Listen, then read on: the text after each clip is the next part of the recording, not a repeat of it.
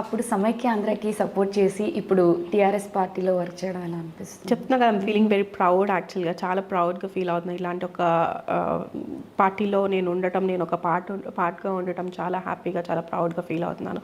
మెయిన్గా మా municipal minister నేనుండే corporate GHMC municipal minister KTR గారు అవ్వడం ఇంకా చాలా ప్రౌడ్గా ఉంది. ఎందుకంటే మీరు చూస్తే ఎవరికి ఉన్నంత క్రేజ్ ఏ ఐటీ మినిస్టర్కి, మొత్తం దేశంలో ఉన్న అన్ని రాష్ట్రాలు చూసుకుంటే ఏ ఐటీ మినిస్టర్కి లేనంత క్రేజ్ కేటీఆర్ గారికి ఉంటుంది యూత్లో. అంటే ఒక సెట్ మార్క్ లాగా ఉండిపోయారు, అంటే బ్రాండ్ని సెట్ చేశారు అని.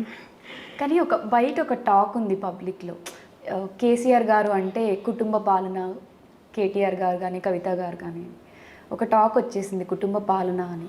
దాని గురించి ఏం చెప్తారు?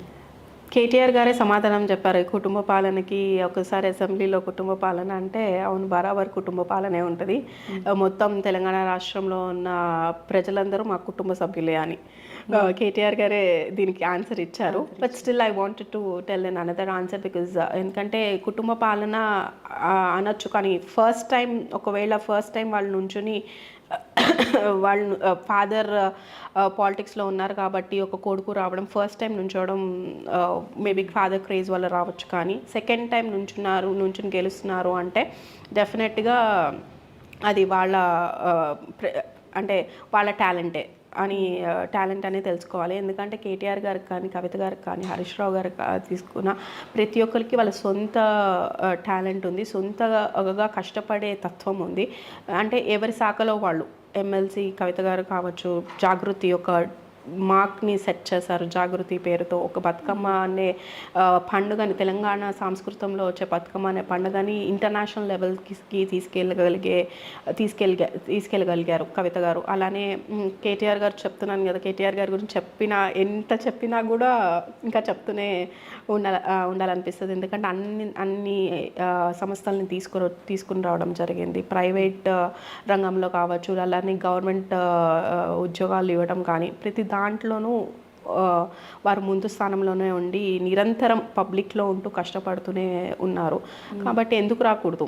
వాళ్ళు చేస్తున్నారు, వాళ్ళు పనులు చేస్తున్నారు కాబట్టి వాళ్ళకి తగ్గ ఫలితము కేసీఆర్ గారు ఇవ్వటం జరిగింది తప్ప.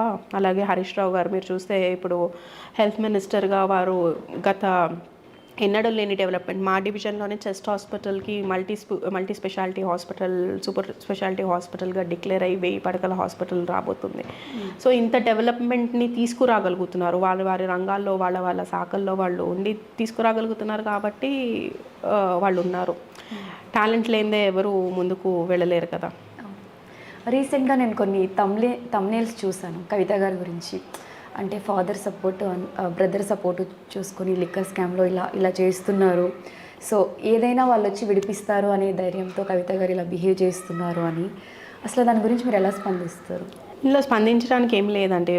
కవిత గారు చాలా ధైర్యంగా ఎదుర్కొంటున్నారు ఈడీ విచారణని కానీ, ఏదైనా సరే ధైర్యంగా ఎదుర్కొంటున్నారు. తప్పు చేసే వాళ్ళు ఎవరు అంత ధైర్యంగా ముందుకెళ్ళి విచారణని వెళ్ళటం కానీ, లేకపోతే అంతే ధైర్యంగా తిరిగి రావటం కానీ, అంటే ఏ తప్పు చేయలేదు అన్న ధైర్యంతోనే ఆవిడ ముందుకెళ్ళి విచారణలో పాల్గొంటున్నారు, అన్నీ చేస్తున్నారు.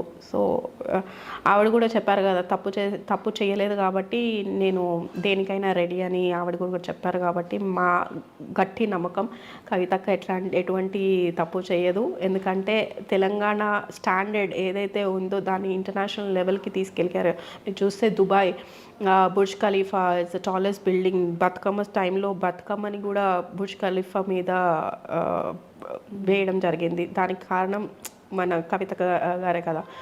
అంటే ఒక స్టాండర్డ్ని సెట్ చేశారు. అంటే ఒక పండుగను కూడా అంత హై లెవెల్లో, ఇంటర్నేషనల్ లెవెల్లో చేసుకునే విధంగా సెట్ చేశారు. కాబట్టి మా కవితక మీద మాకు చాలా నమ్మకం ఉంది. ఎటువంటి తప్పు చేయలేదు గట్టిగా.